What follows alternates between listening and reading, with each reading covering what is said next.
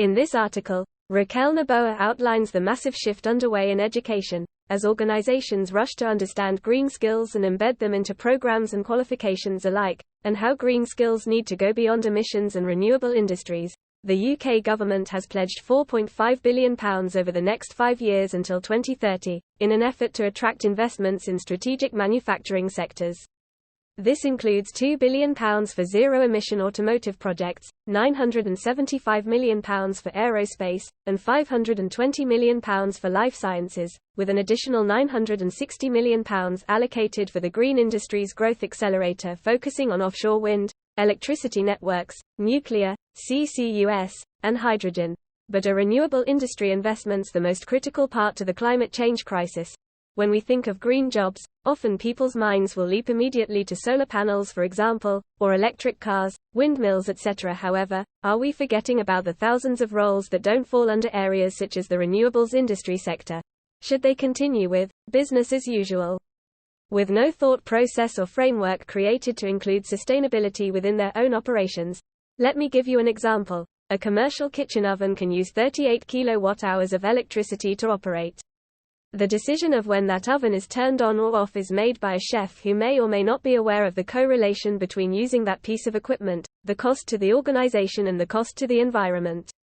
Keeping this oven off for just 1 extra hour per day, every day over the space of a year, will reduce the kitchen's electricity usage by 13,870 kW, reducing CO2 emissions by 4.5 tons and generating potential cost savings of £3,700. It is a win for the planet and a win for the organization that uses that oven for its daily operations. Why are green skills not being viewed a priority? Knowing what we know about the climate crisis and remembering the chef's behavior in my above example, the question that comes to my mind is, why are sustainability and resource efficiency not a priority in our education curriculums? The 1.5 degree limit is only possible if we ultimately stop burning all fossil fuels, not reduce, not abate. Phase out, with a clear time frame aligned with 1.5 degrees. Antonio Guterres, Secretary-General, United Nations, opening speech. The abandonment of fossil fuels really means the relinquishing of our global economy as we know it, which will require a change in the way we live and the way we work, transforming into a circular fossil fuel-free society. Change is difficult, particularly when it is required on such an enormous scale. Education and training is the only tool we have to make this change occur in a harmonious way. As per an article written by City and AMP Guilds in October. In November 2020, the UK government announced the Green Jobs Task Force, which was then followed by the 2021 Net Zero Strategy. These were both introduced with the goal of helping to prepare businesses and individuals for the changes they would need to make to meet decarbonisation targets. However, a couple of years on, there are still many organisations whose employees are not ready to do the greener jobs they will need to do to meet environmental targets. In 2021, UNESCO released a report stating that education is not giving students sufficient knowledge to adapt, act and respond to climate change. They urged for our education curriculums to include environmental education worldwide by 2025. The study analyzed educational plans and curricular frameworks in close to 50 countries across all regions. More than half made no reference to climate change, while only 19% spoke about biodiversity. The study noted a lack of attention to socio-emotional skills and action-oriented competencies that are central to environmental and climate action. In an online survey of 1,600 teachers and education leaders conducted for the study, 1/3 of respondents indicated that environment-related issues were not part of teacher training. Every job is a green job at 50 Shades Greener. We believe that every job is a green job. A bricklayer should learn how to maximize the materials they are using and be able to apply the circular economy principles to daily activities, just as a procurement manager should learn about the cradle-to-gate emissions of the products they order. There is a massive shift underway in education, as organizations rush to understand green skills and embed them into programs and qualification, sometimes quite successfully, sometimes not so much.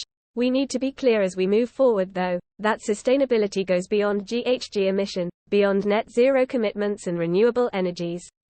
People, planet, profit. The 3 P2 need to be addressed in that exact order. We need to look after people, leaving no one behind, so they can look after the planet and in turn, our financial sustainability. The further education sector plays a key role in nurturing green skills across all industries, because true sustainable development will not be achieved purely through academia. It will not be achieved by people understand the why, or rehearsing leaning outcomes. It will be achieved when every individual in society understands their role in the green transition and are equipped with the skills to effect change in their everyday lives. Change starts within. In my role as the founder and CEO of 50 Shades Greener, I meet educational organizations every day. The questions they have is always the same. How do we integrate green skills into our curriculum? For me, change starts within. We need to look inwards before we can look outwards. We need to ensure educational institutions have applied sustainability strategies to their own organizations, forming green teams with students, employees, teachers and their wider communities, who will learn by actually taking action within their learning environment. I recently returned from delivering a seminar at the Green Education Pavilion of COP28. This was my first, and last, visit to COP. I will not go into the juxtapositions of the chosen host and presidency for a climate change conference. We all know what those glaring issues are. However, it is much larger than this. After 28 years of organizing the same event over and over again, I was totally shocked to realize that there was no thought process put into the sustainability surrounding the event itself. I had to drink my coffee from a single-use cup, just as the other 83,000 people in attendance did. If we all had 3 drinks on average at this event alone, there would be over 240,000 single-use cups a day thrown away. When I was hungry, I found just one vegan food truck. How strange, I thought. My food was individually wrapped, and I was handed one of my pet hates in life, individually wrapped sauces. While these 2 things may seem insignificant within the context of the large crisis that is climate change, they are extremely important when it comes to demonstrating real leadership and essentially practicing what you preach.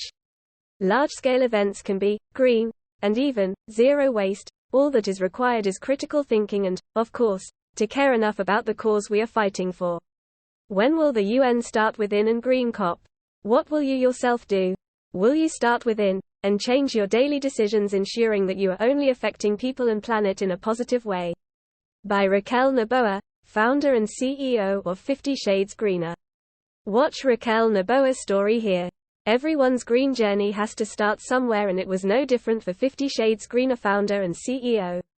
From the age of 17, Raquel worked in the hospitality industry following her move from her native Spain to Ireland, until 2017 when she decided to take the plunge and start her own business. The idea for my business began to form in my head during my time as green manager in Doolan. If I could bring Hotel Doolan to be the first carbon-neutral hotel in Ireland, then surely I could teach others how to begin their green journey, just like I did. That's how 50 Shades Greener was born.